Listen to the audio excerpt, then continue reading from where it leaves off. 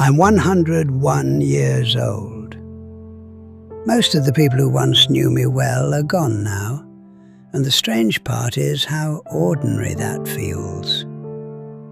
No one remembers the boy I was. No one can correct my version of things. When you live this long, your life becomes a story told by a single witness. That is a lonely place to stand. People ask what it feels like to reach this age.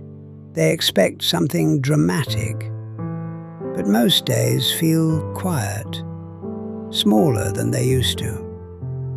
The world continues at its usual speed, and you sit slightly outside of it.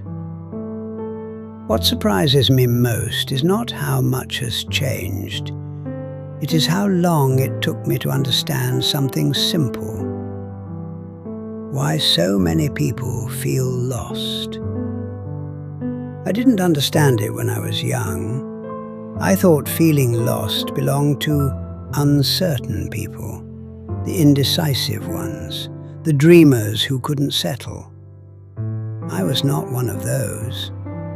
At least, that is what I believed. In my 20s, my life looked reasonable. I had work, I had plans, I moved with purpose. There is comfort in appearing certain, even when you are not. I remember the job that shaped those years. Not glamorous, but respectable. A desk, papers, firm handshakes. I liked being seen as reliable. You begin to measure yourself by how well you fit, how smoothly you move along the tracks laid out for you. I did not feel lost then. I felt busy. My days were full but rarely examined. One obligation followed another. Years passed quietly. I rarely stopped to ask myself difficult questions, not because I lacked curiosity, but because life does not encourage that pause. There is always something more urgent: bills, deadlines, expectations, the pressure to keep moving.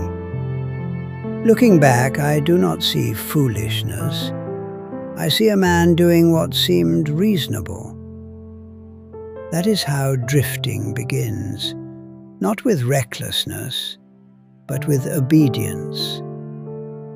The cost arrived quietly. No single mistake, just small absences, missed dinners, visits postponed, phone calls shortened. I told myself what many people do: there will be more time. It is a comforting sentence, and a dangerous one. Friendships faded without conflict. Silence slowly became normal. Nothing dramatic happens. People simply disappear from your daily life. I had ambitions, stability, progress. I believed that once I reached certain milestones, something inside me would settle. It never did. You can build a life and still feel like a visitor inside it. But I kept moving. Motion disguises confusion. It is hard to feel lost when you are always in a hurry. The turning point came as a phone call. There had been an accident. I will not describe it. What mattered was the sudden collapse of everything I assumed was guaranteed. Loss exposes how fragile our assumptions are. There are things that cannot be fixed once time carries them away. Conversations that will never happen. Words with no recipient. No effort can reverse that. After that, I began noticing something I had long ignored. how easily a person can move through decades without ever being fully present, how routines replace reflection, how momentum replaces attention. Most people are not lost because they are incapable. They are lost because they have been moving for too long in directions they never truly questioned. That disconnection can last for years, until something forces you to stop.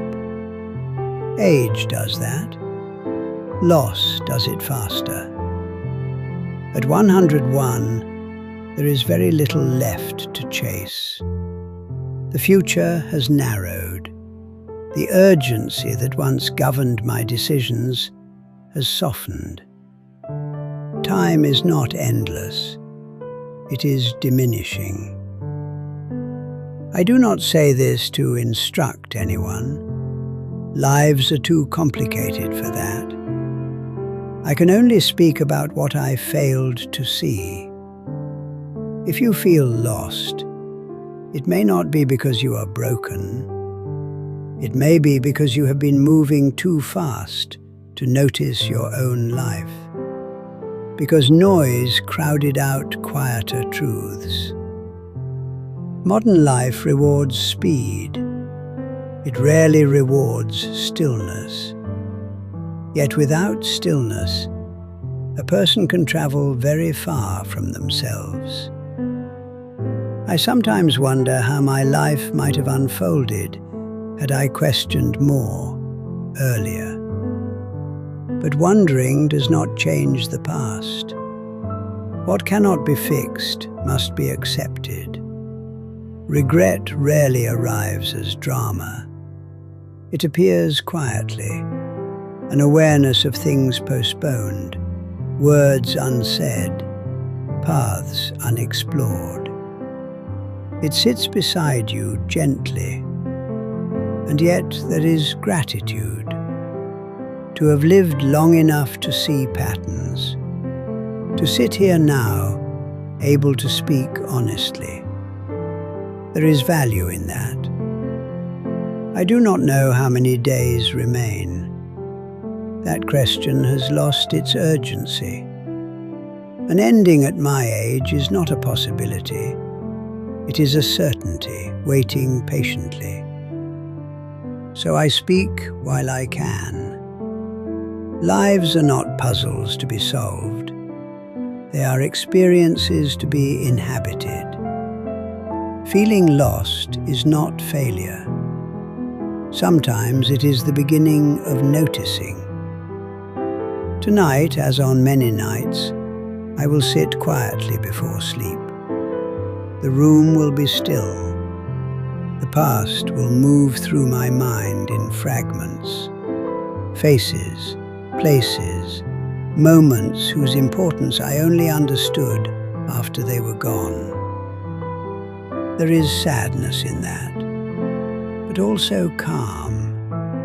A life, however imperfect, carried simply by enduring it.